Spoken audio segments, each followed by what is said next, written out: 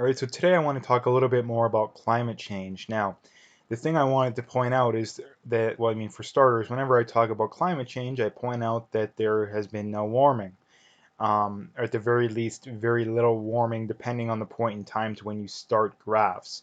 But I guess the best way of putting it is that there's nothing significant that's gone on. Now, this is from Alan Tumulty. Now, he posts a lot of stuff like this, so if you go through his Twitter feed, he posts stuff like this all the time. Um, And this is a graph from a environmental station somewhere in Canada. And he says, Environment Canada shut down this station in 2003. It had been delivering temperature data since 1920. No warming is ever set as was ever seen in this data. Is this the reason why Environment Canada shut down hundreds of temperature stations?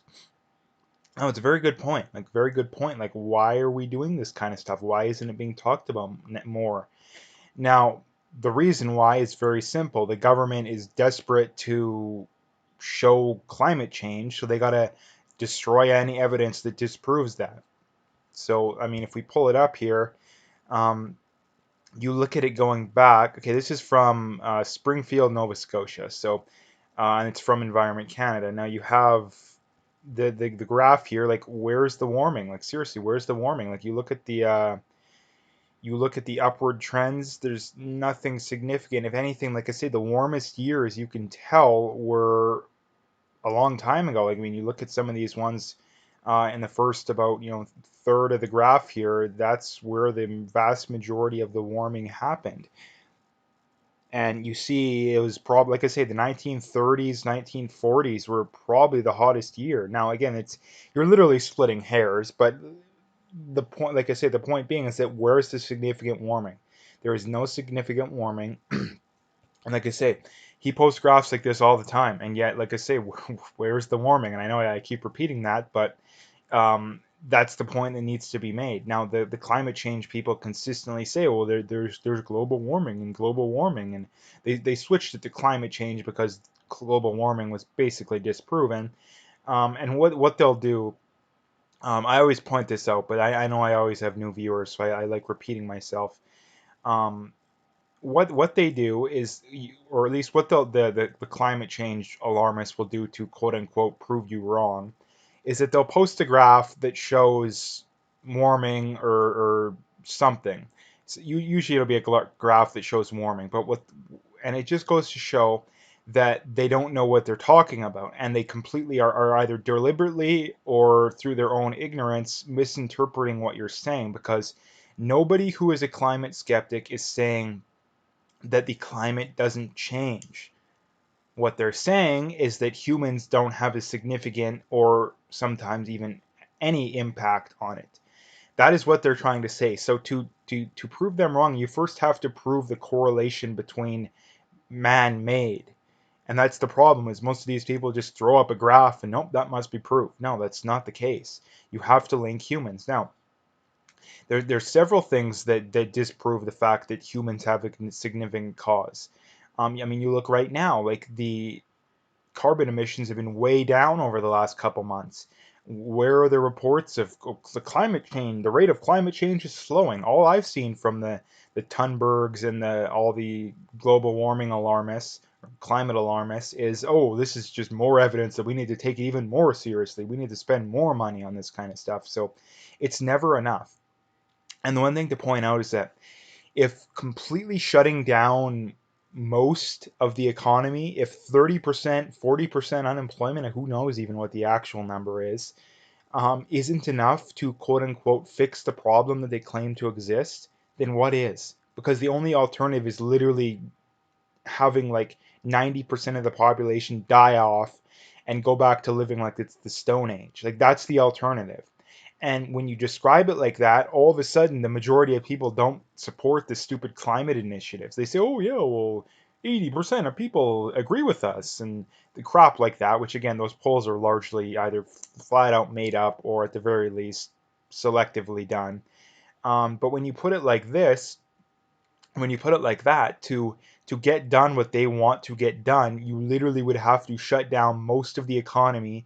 You would have to scale back the level of technological advancement by a lot, because like it or not, even though they like to claim differently, we are still reliant on oil and gas, and it's not even close to. It's not even close. If you wanted to run your house on just wind and solar in Canada, you wouldn't be able to do it. You wouldn't be able to do it. You have to stay hooked up to the grid. Um, and the problem with that is that the first day in the wintertime, when it's minus 20 or 30, and there's no wind and there's no sun, which happens quite a bit, you're done because your pipes will freeze. You may freeze to death, and you're done. Your house is pretty much done for.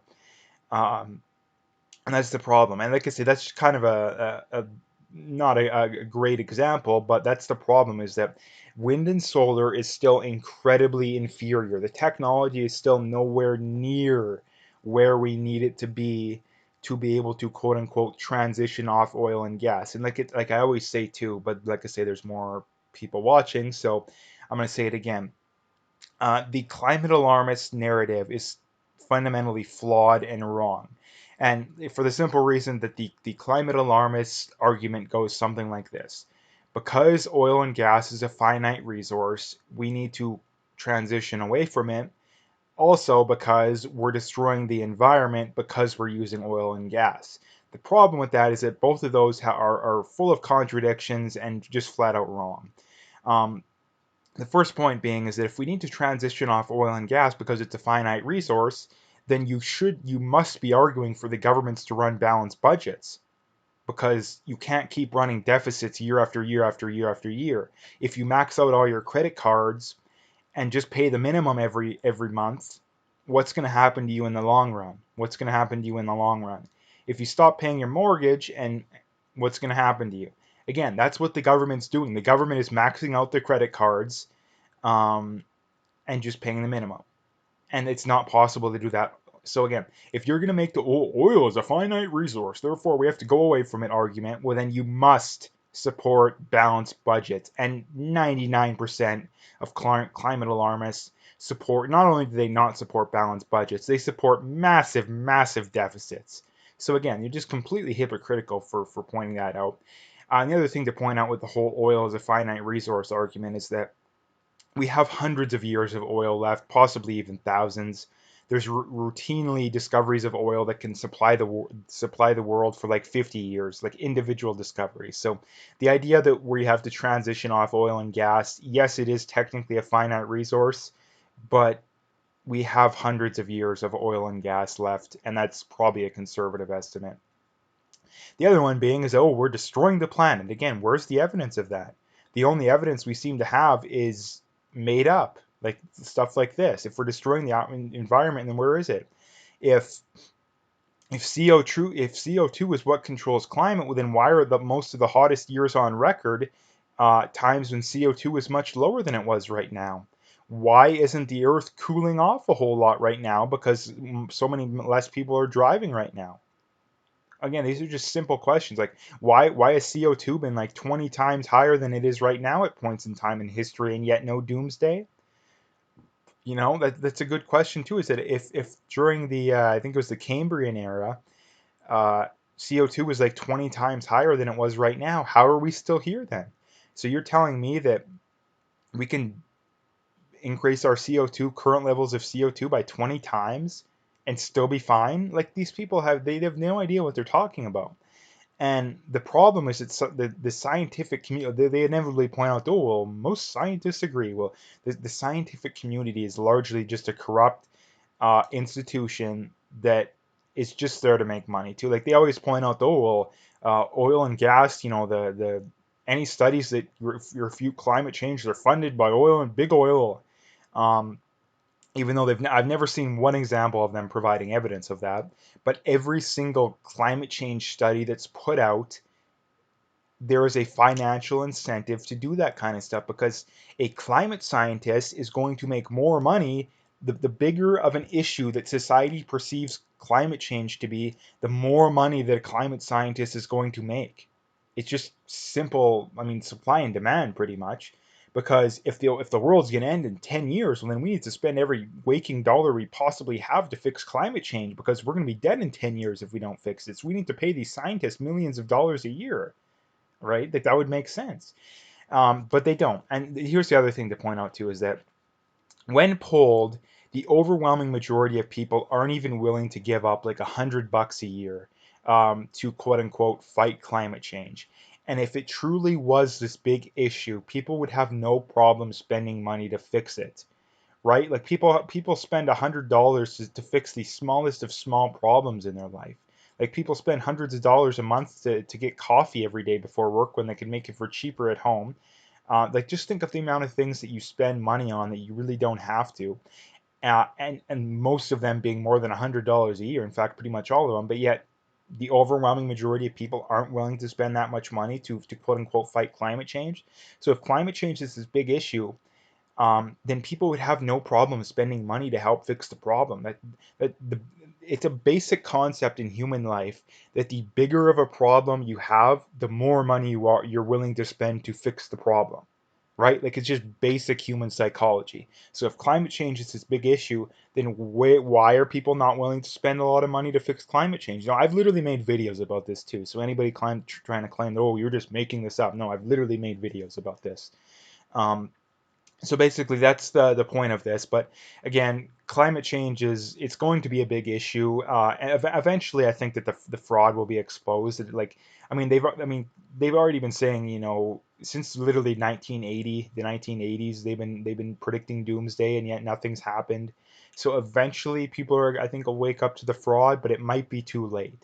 That's the problem. Is I think that we will pass the tipping point, the point of no return, before the majority of people wake up to reality. And that's basically why I make videos, is that I want to do my part to at least have a conscience that if Canada inevitably goes down the road that we keeps going down the road we keep going down and we collapse, then at least I can look at myself in the mirror and be happy that I did all I can do. And that's basically what I mean. Most people watching this probably are doing that, but that's what I would ask for people, is that Canada's going down a very, very bad path.